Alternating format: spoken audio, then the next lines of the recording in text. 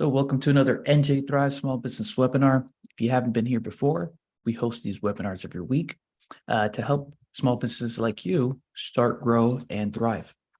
I'm your host, Christian Pichardo, NJSBDC Specialty Consultant and CEO at NilumaMedia.com. At the New Jersey Small Business Development Centers Network, we're basically a statewide program powered by the SBA and partners, and we help small businesses with three things. That's no-cost small business consulting, training and events like this one, starting at $0, and exclusive small business resources only available to our clients.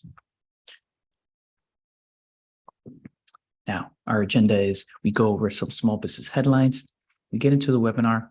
You're free to ask questions throughout the webinar, but towards the end, we'll have a dedicated Q&A session.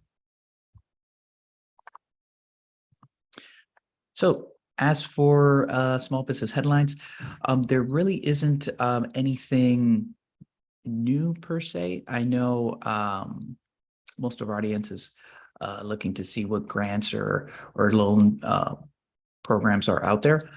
So we have a few things here, but it's things that have already existed, nothing new. So something I think that doesn't get the attention it deserves is the Women-Owned Small Business Federal Contract Program. So basically, if you are a women-owned business, I would highly suggest going onto this site to see if you are eligible for contracting opportunities with the federal government. Also, while you're still on this site, I would advise you to go into contracting assistance programs and just go ahead and scroll through the different programs that the SBA has, because you just never know what you might be eligible for and what opportunities are out there.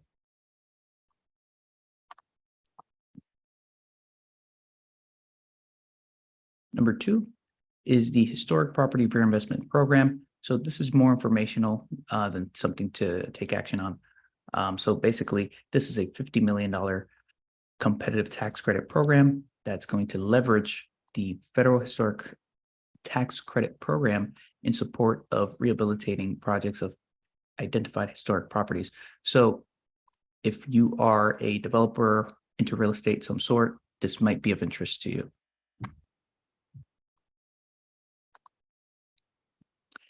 And last one here, this one came out, I believe 2 days ago, the 9th? No, the 5th, sorry about that. So this is for those who were taking or applying for the PPP program or the COVID-19 Economic Injury Disaster Loan Programs. So I'm sure you know, and it was on the news, there was a ton of fraud being done with these programs. So the SBA administrator has submitted a statement on a Bank Fraud Enforcement Harmonization Act. And I'm not going to repeat the super long name they give these loan products, but the other one is the Fraud Statute of Limitations Act. So this is just informational, and it might help you out. So those are some headlines of the week. I do feel guilty that there isn't much this week, but hopefully there's going to be new programs coming out September, October, once those months come around. As you know, we're in the vacation months, so not much we can do there. Now, before we jump into the webinar, things to keep in mind. Whoops. Please type in your questions into the Q&A box. So on the bottom of your screen or Zoom app, there should be an icon that says Q&A. You can submit your questions in there as yourself or anonymously. And number two, once this webinar closes out, we'll send you to a 3-minute survey. And with that, you're going to be able to get access to webinar resources like the presentation, the slideshow of our speaker, and as well as the on-demand webinar link. So with that said, we are coming back. This 2 weeks ago, we were not able to host with Tim, unfortunately. So we had to reschedule for today. Technical issues, but we're here today. And thank you, Tim, for accommodating everyone. It is my pleasure. Thank you so much for having me back. I really appreciate it. I just realized I've done something silly. I opened the wrong slide deck. Just bear with me for 1 second. I beg your pardon. No worries.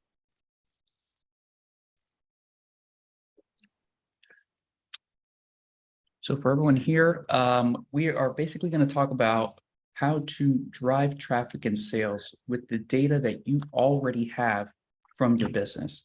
So whether it's Google or an online store or what have you, how to take those numbers and then use those numbers to make decisions in your business.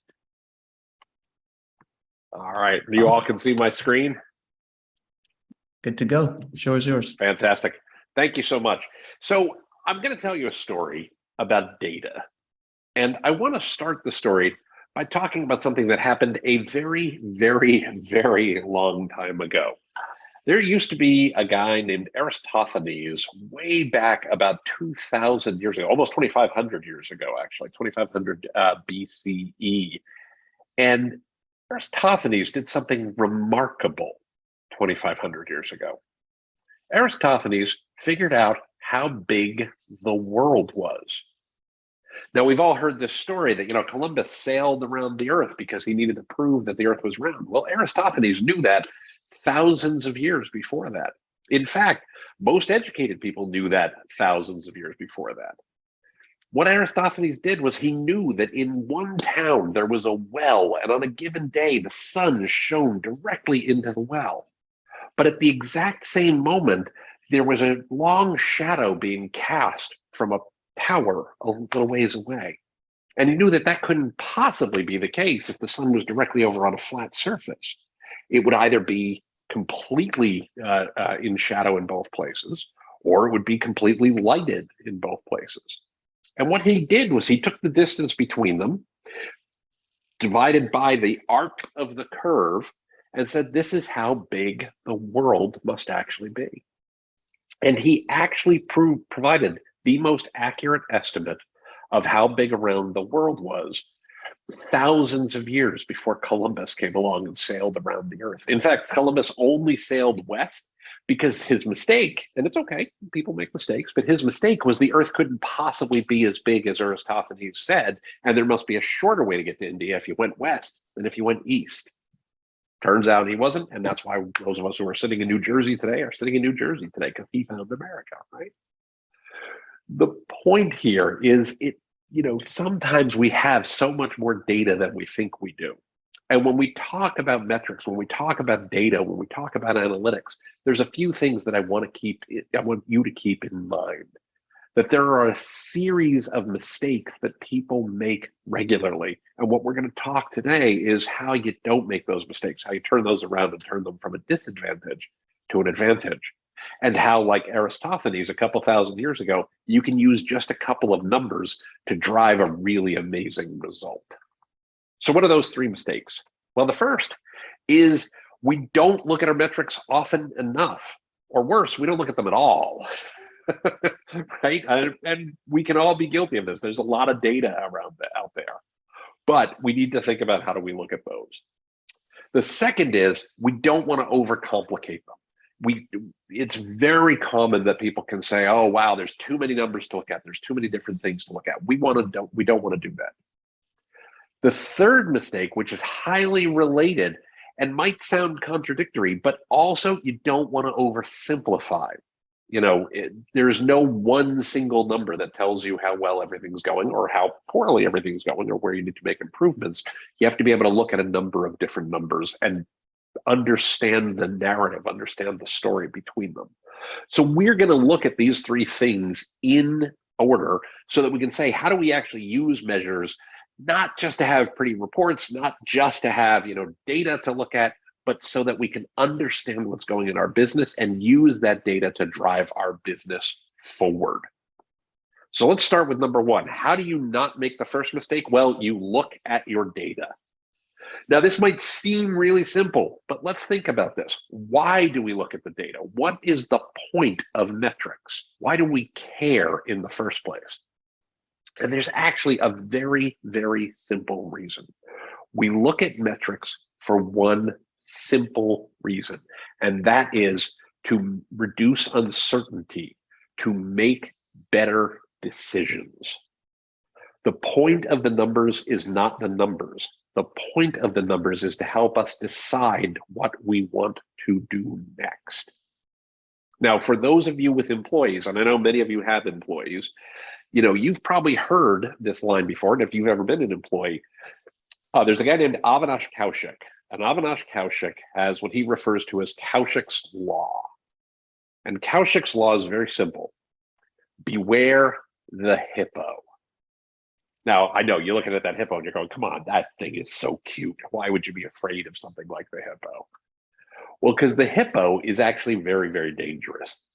The hippo is the highest paid person's opinion. If you've ever worked for somebody and you showed up and you had a great story to tell, but your boss thought something else, who won that discussion? Your boss did. The highest paid person's opinion won the day.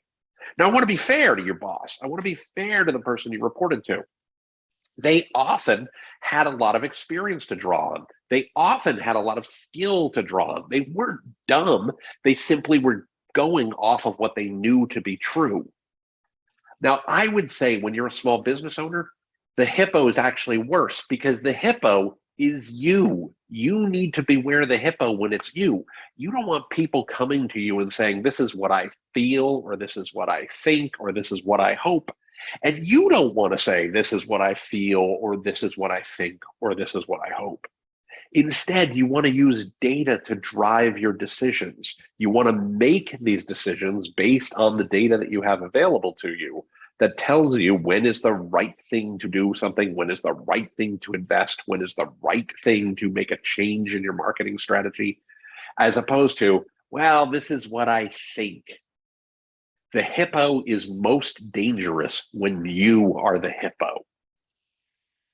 As I like to say, in God we trust. Everyone else bring your data. Right?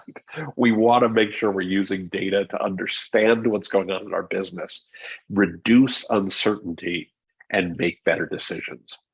If I told you yesterday that you had 100 people walk into your store, or you had 1,000 people show up on your website, whether it's yesterday or the last 30 days or in the last 6 months, doesn't matter what the number is.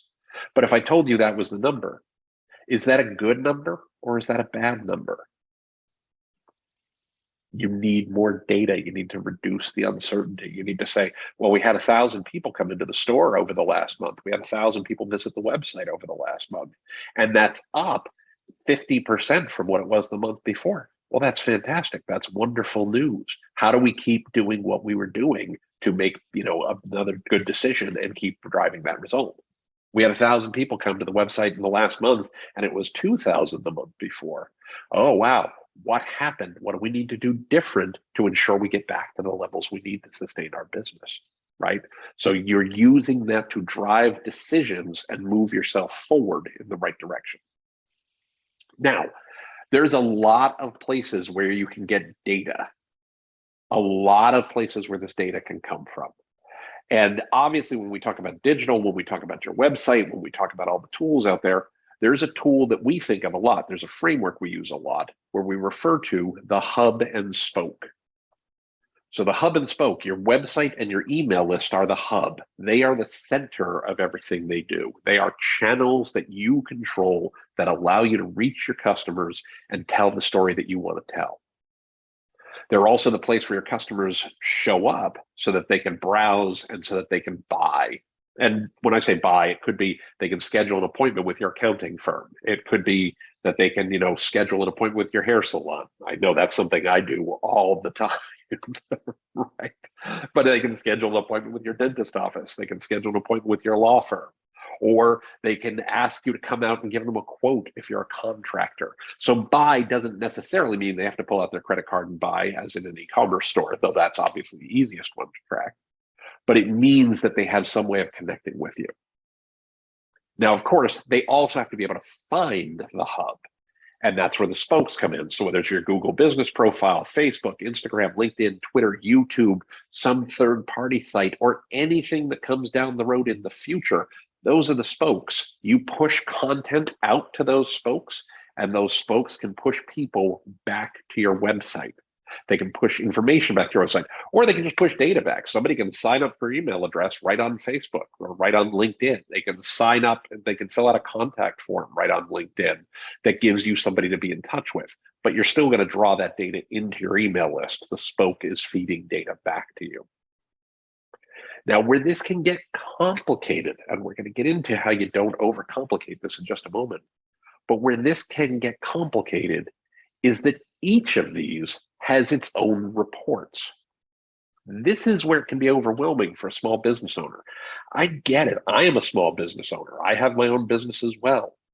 And you're trying to run your business. You're trying to manage your team. You're trying to check on inventory. You're trying to make sure that you have the parts you need to service a customer. You're trying to make sure that you've got your staff in place. You're trying to make sure that you're actually training people and growing the people on your team so your business can thrive. There's all these things that you have to do. You have to pay your mortgage every month, or if you've got your rent every month on your storefront.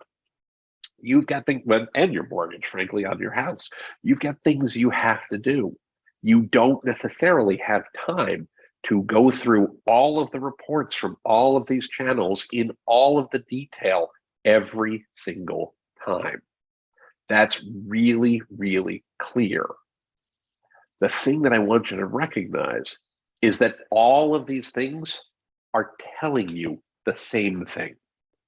Doesn't matter whether they're on a hub, doesn't matter whether they're on your spokes. We just need to ask 3 questions. Did customers see your message? I'll do it this way, that'll be easier to see.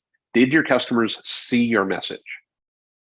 Did they click on the message they saw? And did they act in a way that helps your business?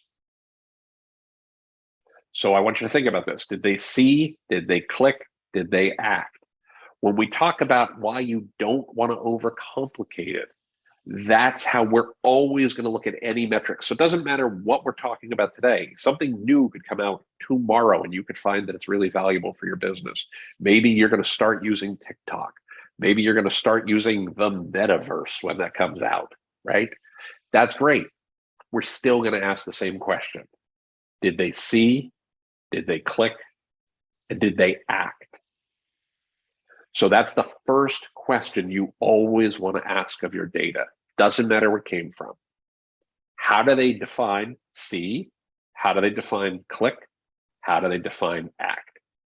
And how can you use those to reduce uncertainty and actually improve your business? And I'm going to show you an example of that in just a moment. Okay.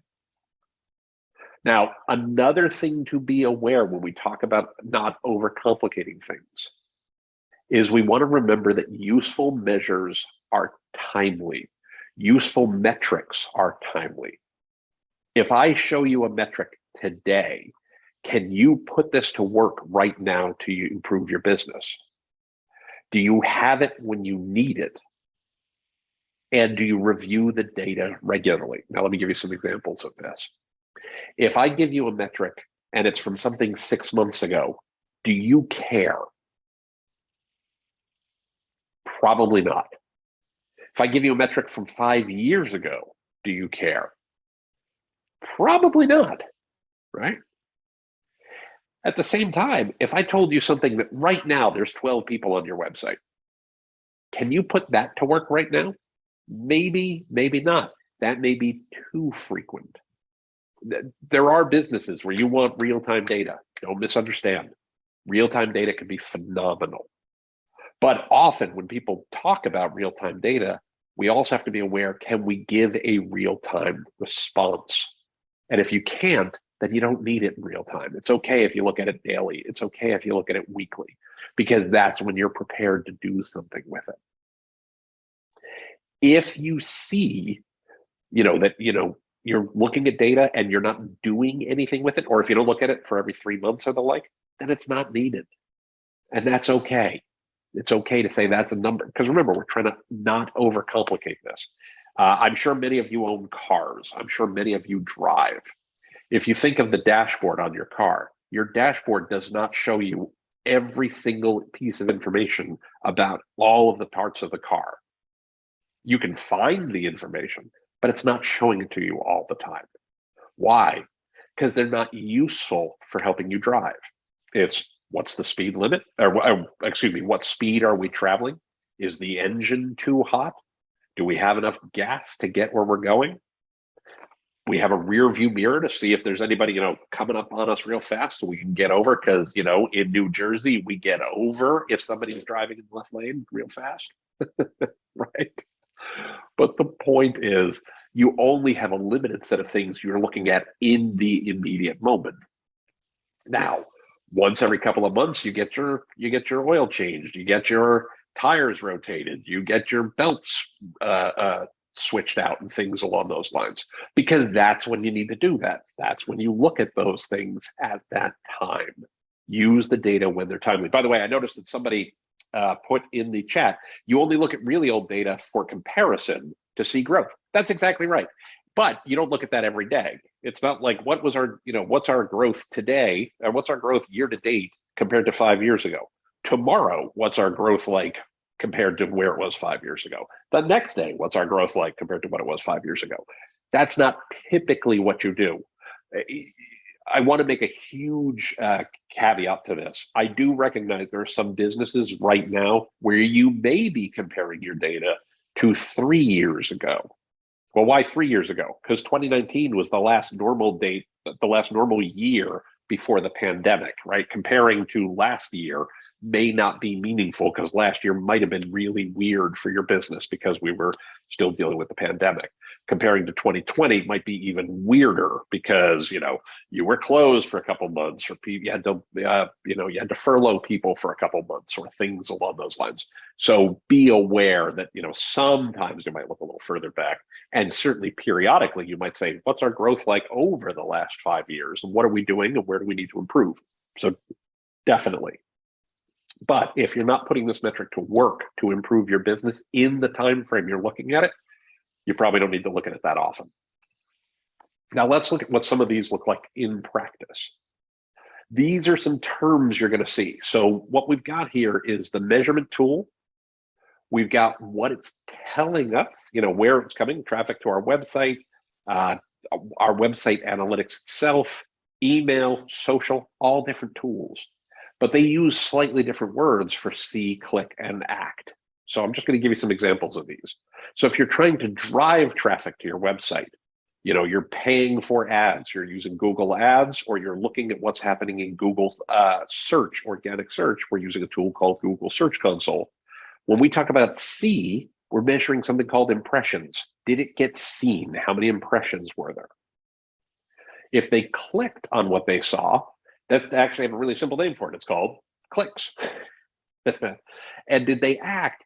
We can measure conversions. In Google Ads, it's a little tougher in Google Search Console, but you can see that in another place to see, did they actually convert where they put something in a shopping cart and bought it, or they downloaded a white paper, or they completed a form, or they clicked on a phone number to call you on their mobile phone.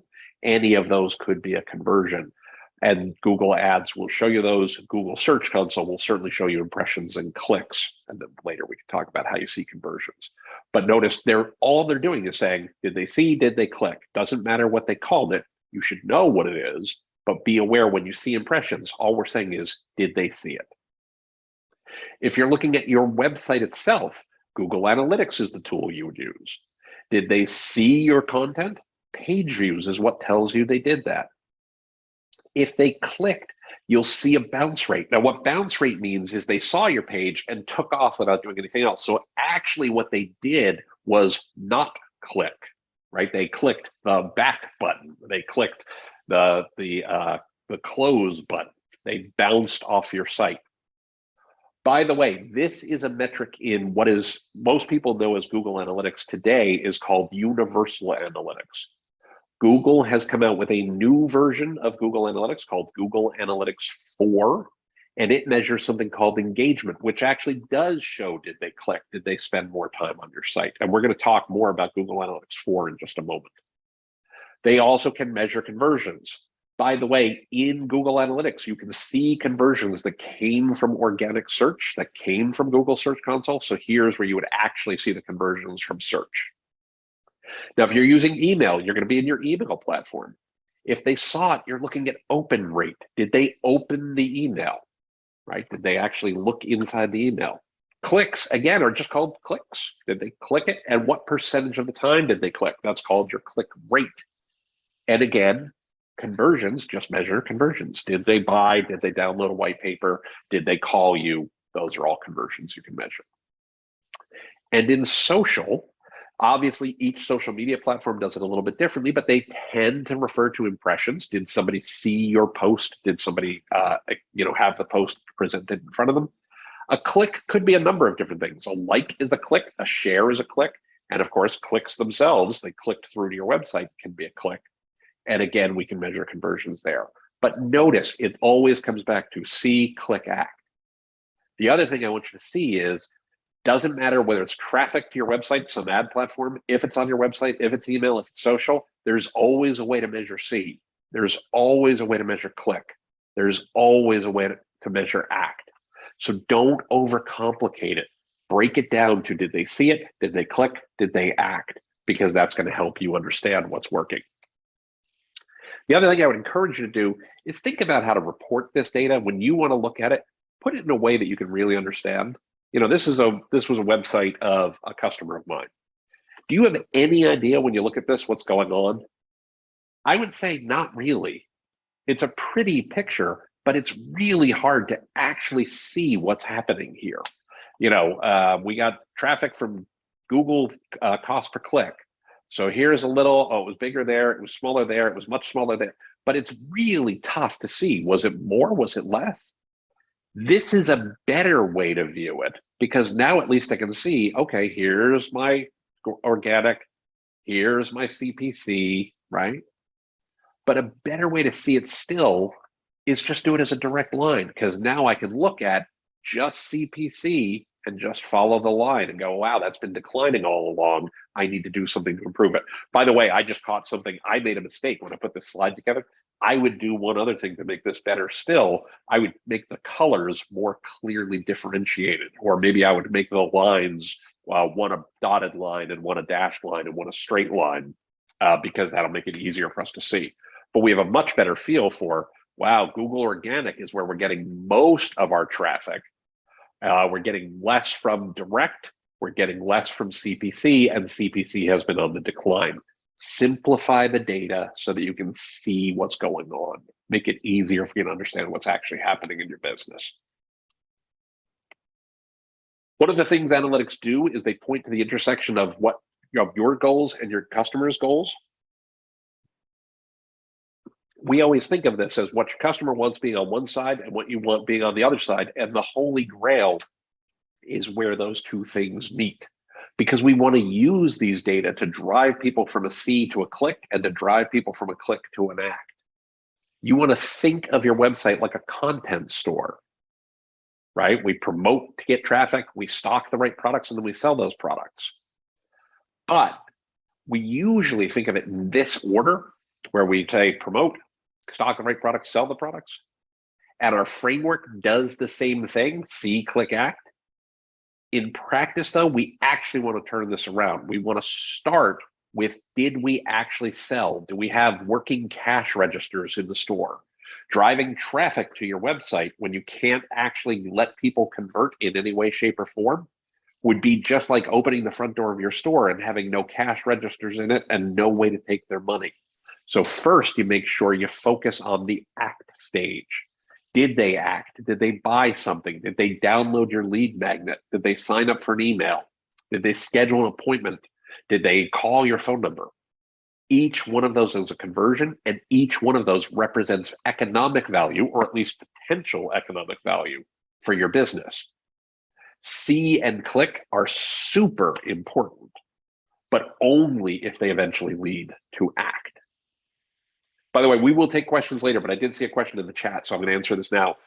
Donald asked, is Google Analytics free? And if not, is there a free source or competitive option? Google Analytics is free. Everything I'm going to show you here today is going to be either free or very low cost, and I usually try to offer up some free alternative for those cases. But Google Analytics is certainly free. Google Search Console is certainly free. Those are both tools you should have set up on your website so that you can see all of that, okay? There are paid tools that are good too, so I don't want to say you shouldn't use paid tools. I just want to start with the free stuff because I know many folks, if you're starting out, you need to do this as inexpensively as possible. All right, so our best practice is start with act. Let's make sure we can sell. Make sure we can get them into our CRM. Make sure our site makes content findable and gets people to conversions. And our customer experience must drive the customers to convert. We need to make it really easy for them to do what they want to do.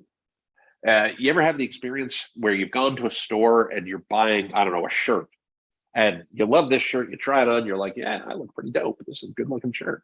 And I go to buy it, and then you stand in line waiting to pay, or you can't even find where the checkout is, right? Because they've been cutting back on staff and things like that. This register over here, there's nobody standing there. There's registers somewhere else, but now I got to walk all over the store to find them. That's not just a bad experience, it's really bad business, because I, the customer, am waiting to hand you my money. I want to give you my money. I want to do the thing that your business depends on my doing. And you make it hard. Don't do that. Make it easy for people to do the things you want to do. Make it easy for people to hand you their money. Focus first there. And use your data to say, wow, we're seeing a lot of clicks, and we're seeing a lot of see, and we're seeing a lot of click, but we're not seeing a lot of act. We're not getting a lot of conversions. We need to fix that first before we put more money into advertising, or before we put more money into content, or we put more money into search. We need to focus on, can we improve the sell? Then, once you know the cash registers work, then improve your content. Stock the right products. Make sure you've got content that customers want and that it drives to leads. Look at what content customers are searching for. That's why we use Google Search Console. They're actually telling you, this is what my problem is. This is what I need. Do you have content around that? Then use that to create better content that drives people to act. And then once that all works, then you can afford to spend money to drive people to your site because it sells, right? So that's what we want to do. So far we've talked about make sure we're looking at our data. We've also said don't overcomplicate it. But finally, we have to make sure we don't oversimplify it. And here's why you don't want to oversimplify it. Let's say I grabbed 100 people at random all across the United States and I put them in one room, right? So we're going to look at the average household income of the people in the room. And if I grab 100 people at random, if I invite 100 people at random and they all show up and they're in the room, their average household income is going to be about $67,500, right? That's the average household income of the United States in a purely random sample. So I can say safely that my customer on average has a household income of $67,000, right? Because that's what the average says. Except that's not always true. Averages can be a real problem, and I'm going to show you why. The first reason is, let's say that one of those people leaves the room and Elon Musk walks in, right? We don't have a random sample any longer. Suddenly, the average household income, if we take the 100 people, we multiply all their household income and divide it by 100, their average income is no longer $67,521. When Elon Musk enters the room and the other person leaves, the average household income is now $118 million, right? That's not really cool. I bet on average, your customer's household income is not $118 million. So sometimes you can't just look at the averages. Oversimplifying it can be a real problem for your business. This is actually known as the flaw of averages. There is an old joke among statisticians. And I know you're probably thinking, statisticians have old jokes? I didn't know they were funny. But there is an old joke among statisticians that says, did you hear about the statistician who drowned in a river that on average was 14 inches deep? All right, I didn't say it was a funny joke. Again, these are statisticians. But if we think about it, if we look at a river that's sufficiently long and is less than a foot deep for most of its distance, but has a big drop off to 8 or 9 feet in the middle, that person could still drown. But on average, the depth of the water is 14 inches. Where many small businesses go wrong when it comes to their data, and I've seen this and I've made this mistake myself sometimes, is we say, well, on average, we're going to make, $5,000 a month. And our rent is $2,000 a month, and the wages I'm going to pay myself are $3,000 a month, so we're completely fine, right? And on average, that's true. Except sometimes you're not really going to make $5,000 a month. Some months you're going to make $10,000, and some months you're going to make $1,000, right? On average, you might have made $5,500, but the month you made $1,000, you still had to pay $2,000 in rent. That's where the flaw of averages can really hurt you. So you need to be thinking about, what is this data really telling us? And do I understand the highs, the lows, and everything in between? Again, don't overcomplicate it. Doesn't mean you have to look at it every single day. It does mean don't oversimplify it, and make sure that you know what are the actual ranges we see, and do I make sure I have enough money in the bank? The month that I made 10 grand, maybe I don't spend 10 grand. Maybe I spend 5 grand to make sure I got 5 grand in the bank for the months to where I actually only make 1,000 in income. Don't let the flaw of averages drown you.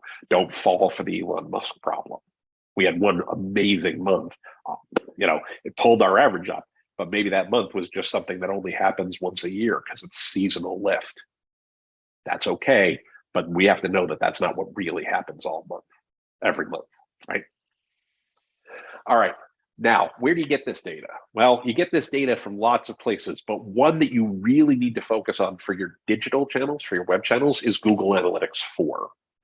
Now, Google Analytics has existed for 15 years or possibly more. Google Analytics has been around for a long time. The existing version is called Universal Analytics. If you've never heard that term before, that's okay. You probably just call it Google Analytics, but inside Google, they call it Universal Analytics. Universal Analytics will stop collecting data July 1st, 2023. So a little over a year from now, Google Analytics, Universal Analytics, will no longer collect any new data about your website. Google Analytics 4, which is its replacement, uses a very different data model. It's actually better in many ways, but it's different. My advice to you is to set up Google Analytics 4 today, if you haven't already, and run it alongside Universal Analytics. That way, next July, when Google Universal Analytics stops collecting data, you'll already be comfortable with Google Analytics 4. And in August and September and the like, you'll be able to do year on year again, so that you'll be able to see what did Google Analytics 4 report for this August, what did it report for this September, and then next August and September, you'll be able to see what it's reporting then, so you can get year on year. Okay. Now, let's take a look at what this looks like in practice. So here's a very real example. If we look at Google Analytics today, and we see data coming from organic search, one of the things it's going to tell us is what's our bounce rate? Well, if you look at these headings here, there is no bounce rate. Bounce rate is somebody came to the website and they left the website without taking any other action. Bounce rate is bad.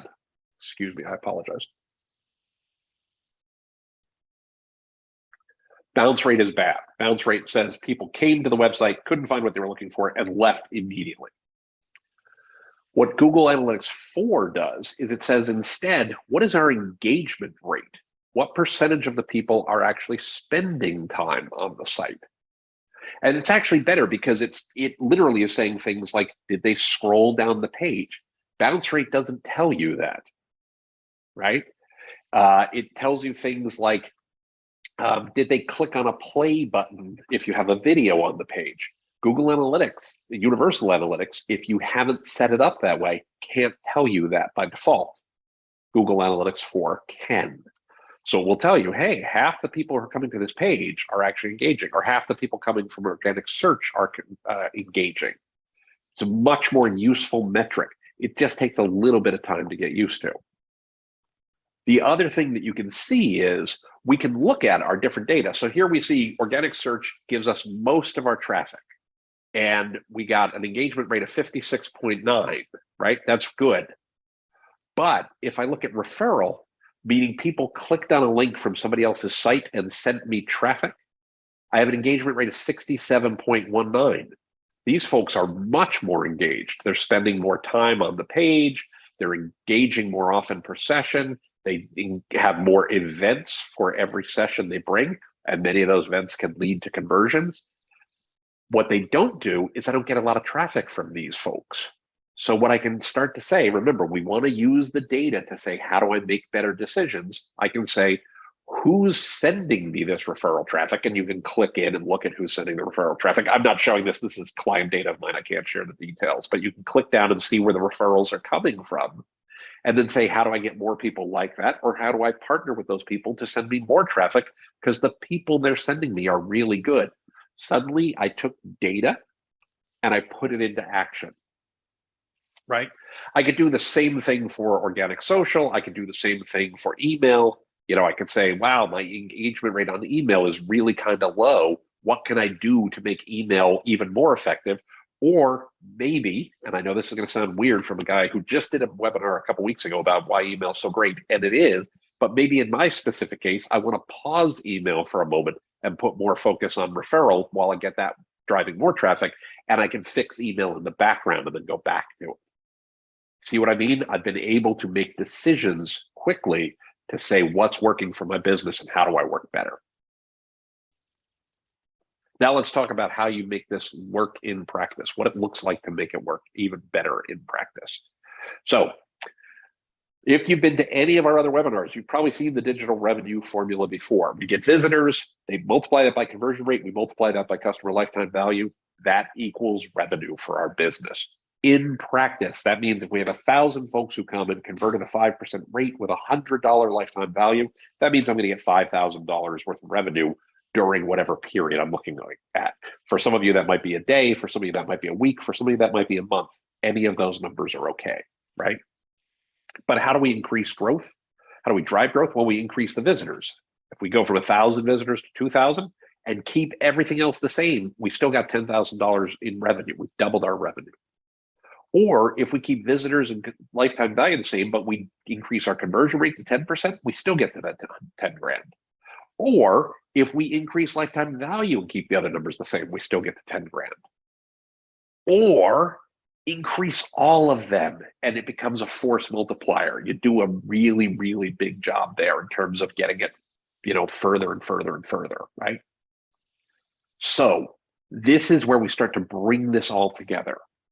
Let's take a really simple view of our marketing. You've got impressions, did they see? You got clicks, did they click? You've got conversion, did they act? For any channel that's driving traffic to your website, you have different levers you can pull to make those improve. So let's say that we're talking about impressions and we're talking about paid search or paid media. You can work on improving your placements or work on improving your keywords or work on improving your bids to get more impressions. Again, we're trying to simplify this to say, how do we improve impressions? Don't try to fix everything all at once. We're not getting enough impressions. We either need to have better placements, we need to have better keywords if it's paid search, or we need to bid more to show up more often. Very simple. Don't oversimplify it, but don't overcomplicate it.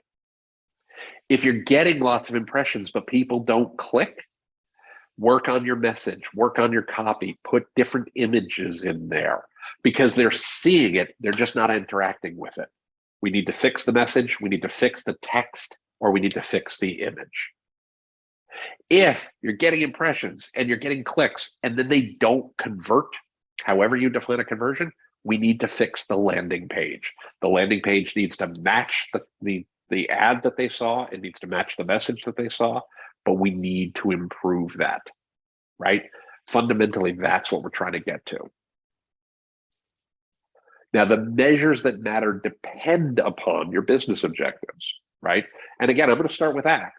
We want a lead generation or a sale. We want them to buy. We want them to download a lead magnet. We want them to sign up for an email. We need to think about how do we improve our conversions to get them to do that. If we want to get them to click, if we want to get them to consider us, look at your returning visitors. Look at, are they downloading information? Are they downloading white papers? Are they visiting your FAQs? Are they searching for you by name? Are they engaging on a social network? If you're not seeing this, we need to work on our clicks. Okay. And of course, if they're not seeing us, look at the number of people visiting your website. Look at the engaged sessions in Google Analytics 4. Look at time spent on the website, pages viewed, people seeing your ads.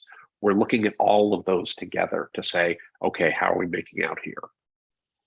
Now you can evaluate each of these by saying, let's put these on a 2x2 matrix. Okay. You're getting lots of traffic, or you're getting lots of conversion rate. Now, if you're getting tons of conversions and tons of traffic, those are your stars. That's where you want to invest in, improving the performance of each. But for places where you get lots of traffic, but very little conversion, you want to test new conversion actions. Think of it in those terms. How do we improve our conversion actions? By the way, there's a question about this, and I will answer this in more detail in a second, okay? If you're getting lots of conversion, but not new traffic, so think about a referral that we saw before, then we're going to invest and test new traffic drivers. How can we drive more traffic to the things that are working? And if you get very little traffic or very little conversions, those are places to probably stop. They are sick dogs, right? We're going to send that to live upstate with grandma, if you know what I mean. Now, if everything you have is a sick dog, and that happens for new businesses sometimes. You're just starting out, you're trying to figure out how do we make it work better. That's fine. Pick the one that has the highest traffic volume, or pick the one that has the highest conversion rate and fix that first. Then move on to the next one, then move on to the next one, then move on to the next one, right? Do one thing at a time. Don't overcomplicate it by trying to do 10 things at once. If you improve 1% every day over the course of the year, you will have immense improvement. Now, there are lots of places where you can see this. Again, if you have a Google business profile, and you should have a Google business profile, and we had a webinar a month ago about that. You can visit that and view that webinar.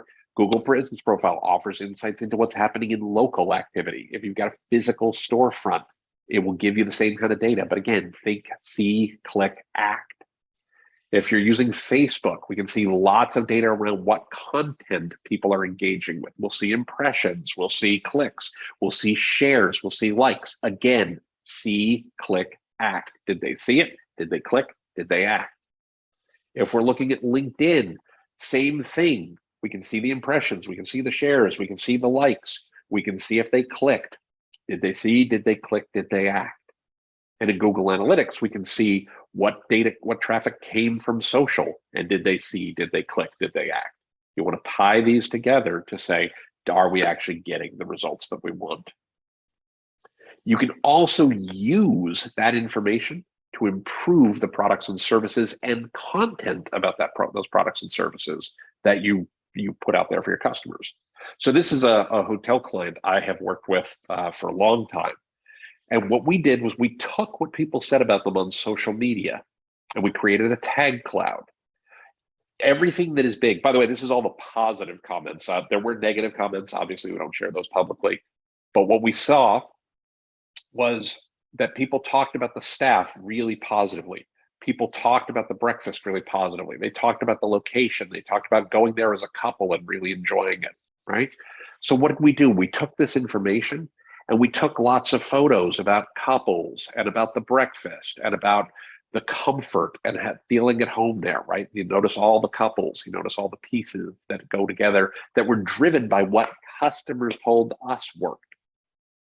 We created all this new content and imagery. We saw a healthy lift in web traffic.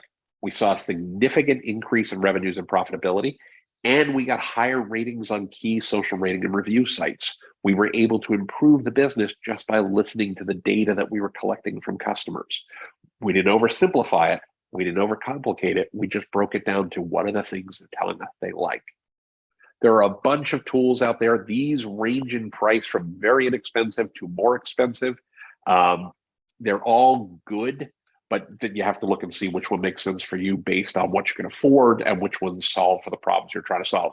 I will call out Octopost specifically, not because it's better than any others, but because it focuses heavily on B2B. So if your business sells mostly to businesses, this is a one I would strongly encourage you to take a look at. If you sell to consumers, make sure you check out all of them, okay, and see what works for you. Now, I mentioned one of the things you want to do is you want to use this data to improve your business. You want to make better decisions. So you can manage your marketing spend as a cost of conversion. We often talk about it as a cost per acquisition, or CPA. Now I'm going to use this with paid search, but this works whether it's paid search, whether it's displayed ads, anything like that. The metrics you have are a cost per click, the total number of clicks that you had, and you multiply those together and that gives you a total cost. We can see how many visits we got to the web page and how many conversions it delivered. And our conversion rate becomes our conversion actions divided by the visits to the page, right? We got 10 conversion actions and 100 visits to the page. We have a 10% conversion rate. Our return on spend then becomes our cost per click divided by our conversion rate. Okay, and I'm going to skip this last one for a second. We're going to come back to this in a second. But notice we're focusing on our return on spend. What did it cost us to acquire the customer? So this is a bogus example. This is made up. But if I have two different scenarios, one where I'm paying $1 a click with a 1% conversion rate, and one where I have a $10 cost per click and a 10% conversion rate, which of these is better? In your mind, which is better? If you could just type A or B into the chat, I would appreciate it.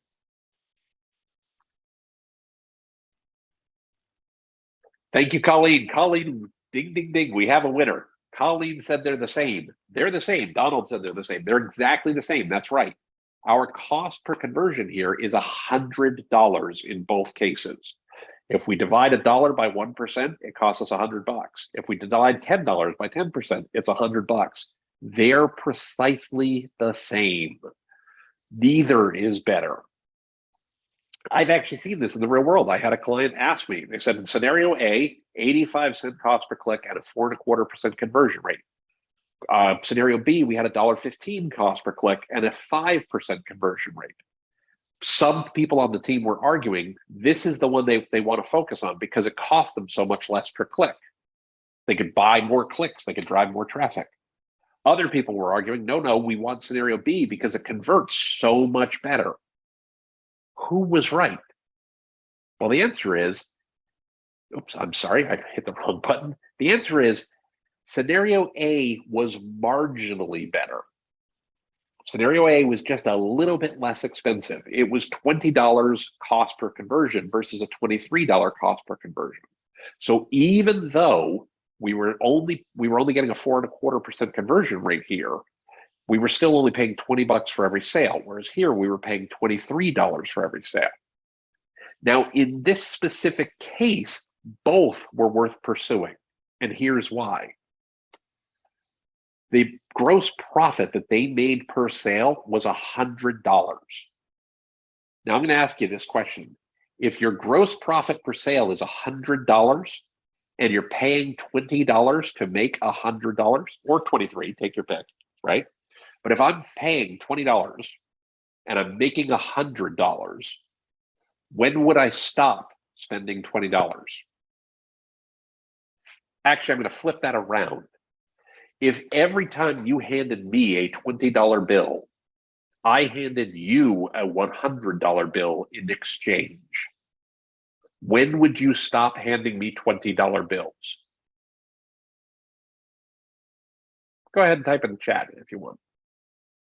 You're going to hand me a $20 bill. I'm going to hand you back a $100 bill. When will you stop giving me a $20 bill? Right. Never. Good. Good. Y'all got it. This is what we're trying to get to. If you manage to a cost per acquisition, your marketing budget becomes effectively infinite. If every time you spend money on marketing, every time you put $1 out there, you get $5 back. Every time you put a $20 bill out there, you get $100 back. Your marketing budget becomes effectively infinite. Now, let's be fair. A, you can hit a point of diminishing returns. That happens. So let's be fair. That does happen in the real world. B, you may run out of inventory to sell. You know, you're a restaurant, you're full tonight. Don't invest any more in marketing for tonight. C, you might find someplace where instead of getting $100 back for every $20 bill you put out there, you get $110 back for every $20 bill you put out there. You might want to throw more money there. You might find a better place to put the money, and that's okay too. But think in terms of looking at your numbers in terms of a cost per conversion of everything you spend on marketing and how much revenue it's generating, and it will tell you what your budget for marketing becomes. Now, we've covered a lot of material, but before I wrap up, I just want to see if there are any questions I can answer for anybody. Any questions out there?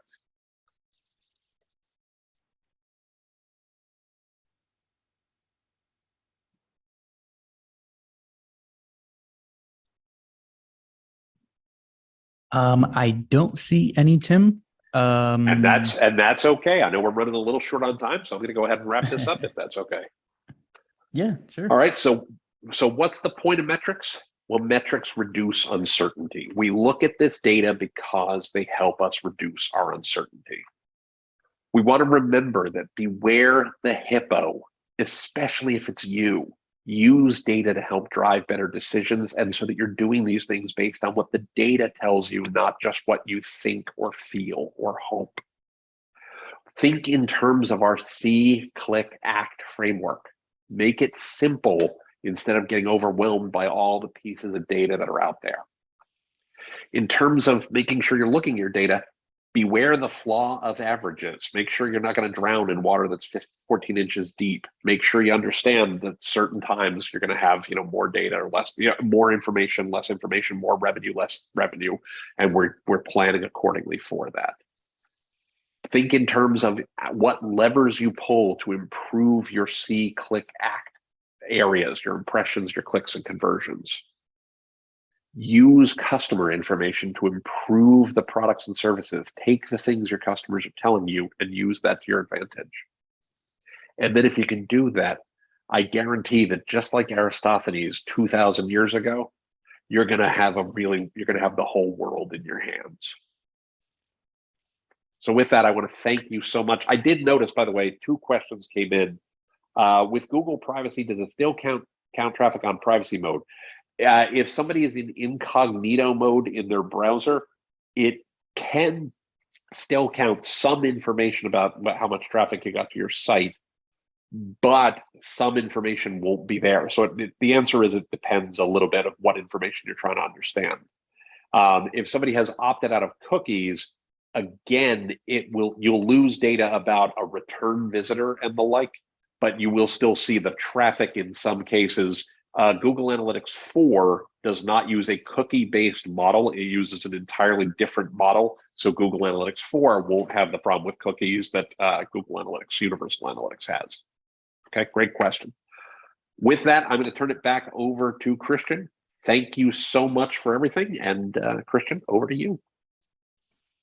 Awesome. Thanks again, Tim.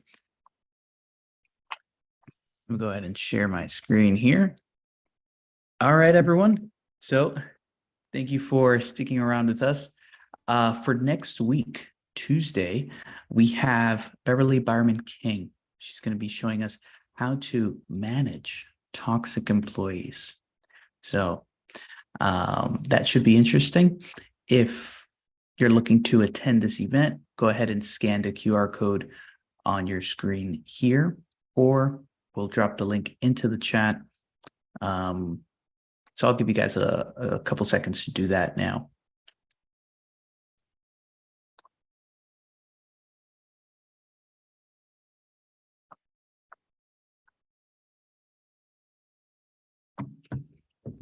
All right.